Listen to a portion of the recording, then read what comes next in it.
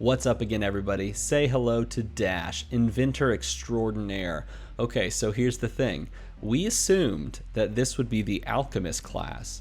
And when I was making my prediction video, I kind of guessed, maybe they're going like the alchemist is really sort of like an inventor or a tinkerer, creating things, selling things inside the city of Metrix. Well, we weren't terribly far off, but this is not the alchemist. In fact, this is not even a class I believe that was mentioned in the lore book. This is a brand new class that we've never even sort of expected. This is a Mechanologist class, which is super cool. And take a look at the the description that they've given Dash here. She is a Mechanologist from the city's elite class. So that's 2 for 2 now, 2 heroes that are sort of the elite. She's a brilliant inventor full of wild ideas and the spark of genius. And basically it goes on to talk about how she's rebellious and energetic, and that she is the daughter of the Techlo Industries founder, so she has access to these like crazy technological, contraptions, but that she likes to experiment with them and do crazy things and I guess get into sort of hijinks.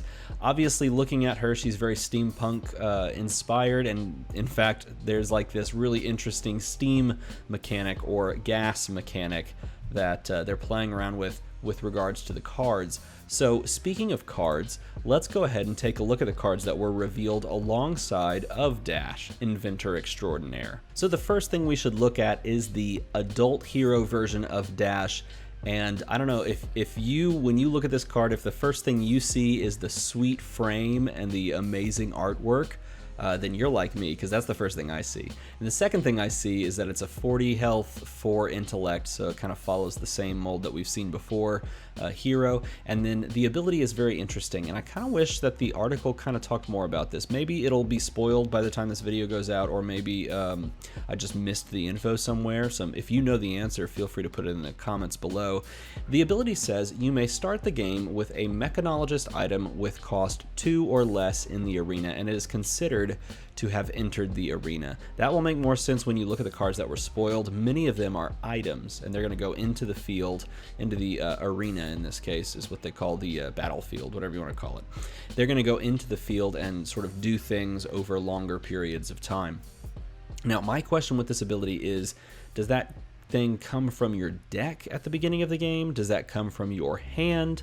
Do you just get to randomly pick something from your deck, or is it like the first one you come across? I'm curious about that interaction because I didn't see it posted online, but this stuff did literally just like come out a couple of hours ago. So that is definitely worth considering. Now, the young version of the hero here is very much the same as all of the other young versions. It's basically just half the health, same ability. So nothing really to see there that's new and different. But we will take a look at some of these sweet cards, like, for example, Throttle. That artwork, oh my god, it's so pretty. This is a cycle card. This is a common. It costs 2. It's called Throttle. Mechanologist action attack. Okay, attacks for 6 and defends for 3. So attacking for 6 is pretty decent. This is the red version, so this is the highest that it will attack for as well. It has this new keyword, and this is the new keyword for the Mechanologist, Boost.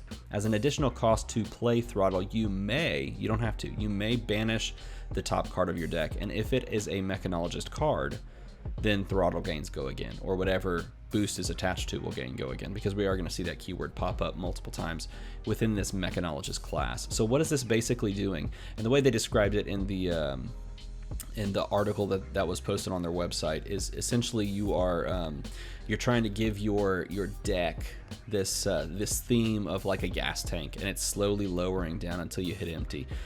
Obviously, in this game, you don't just automatically lose when you hit empty, but when you hit empty, and aka no cards in your deck, you basically just don't do anything, right? You can't play stuff because you can't pitch resources, that sort of stuff. So you're having to, with this boost mechanic, manage whether or not you're going to boost everything and then just burn through your deck super fast, boost a few things, boost nothing. When is the right time to boost? When is the right time not to? Because if you can give this Go Again and then pay more resources for the next attack, give that Go Again, that might be really good.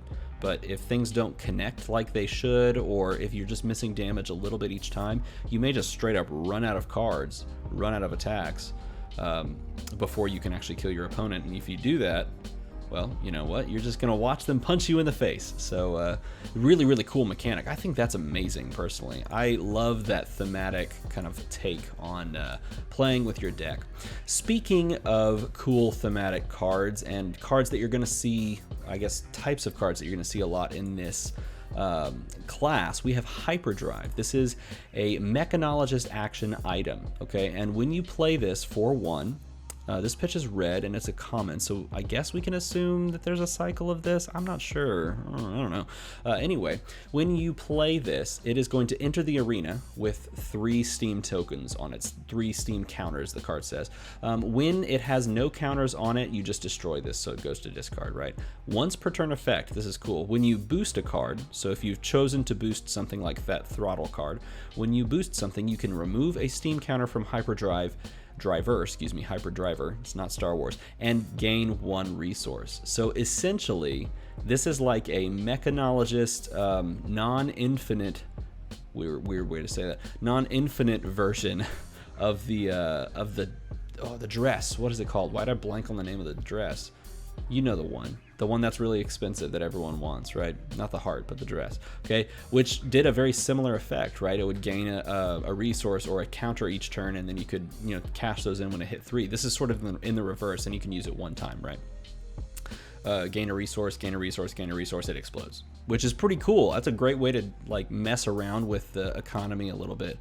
Give your class-specific card something interesting that's not too terribly game-breaking. I like it. Well, I don't know, maybe it is game-breaking. Haven't gotten to play with it, but really cool card nevertheless. Okay, the art on this card, the art on all of these cards, I mean, that is just too good. That's too good. Okay, this cost 1. It is also an item, Cognition Nodes. This pitch is blue. It says action, pay 1. If there are no steam counters on Cognition Nodes, put a steam counter on it and then go again. Now, once per turn, attack reaction, okay? So there's no attack reaction. Like, this is not just play at 1 time attack reaction. This is literally a once per turn attack reaction. Remove a steam counter from Cognition Nodes. Target attack action cards gain. If this attack hits, put it on the bottom of your deck. So just take that in for a moment. So first of all, you can pay a resource to put a counter onto this, okay? And then once per turn, when you're attacking with something as an attack reaction, you can take that counter off, perhaps from a previous turn, right? So that counter's waited around for a while. You take that counter off, and this attack action card, maybe it's a really powerful one, gains if it hits, put it on the bottom of your deck. So that card is not going away, and that card's not boosted into the banish pile, which is a very important thing that you have to think about, because assuming that this class is going to be boosting a bunch of their cards, some of those will just go away for good. This card is actually going back to the bottom of your deck, allowing you to have a little bit of that that looping that you could get from what was that card in the original Welcome to Wrath set?